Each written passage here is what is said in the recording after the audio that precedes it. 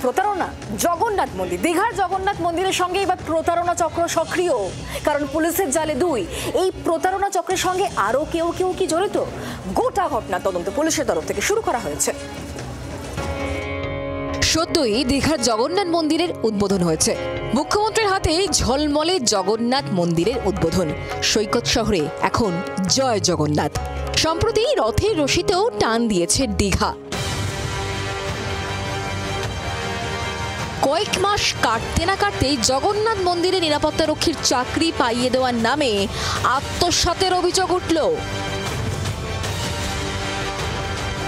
তদন্তে নেমে পুলিশ দুজনকে গ্রেফতার করেছে। ধৃতদের নাম স্নেহাশিস কুমার ও সুরজিৎ বেরা।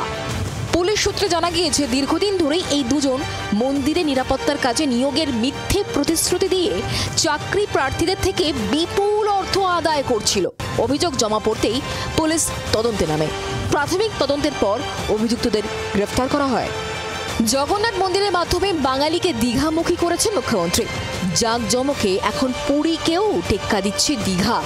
এই পরিস্থিতিতে জগন্নাথ মন্দিরের সঙ্গে প্রতারণা চক্রের নাম জড়ানো রাজনীতিতে ঝড় তুলতে পারে বলেই মনে করছেন জগন্নাথ ভক্তরা। কিরণ মান্নার রিপোর্ট, জি24 ঘন্টা। বাংলার আওয়াজ, বাঙালির আবেগ, জি24 ঘন্টা।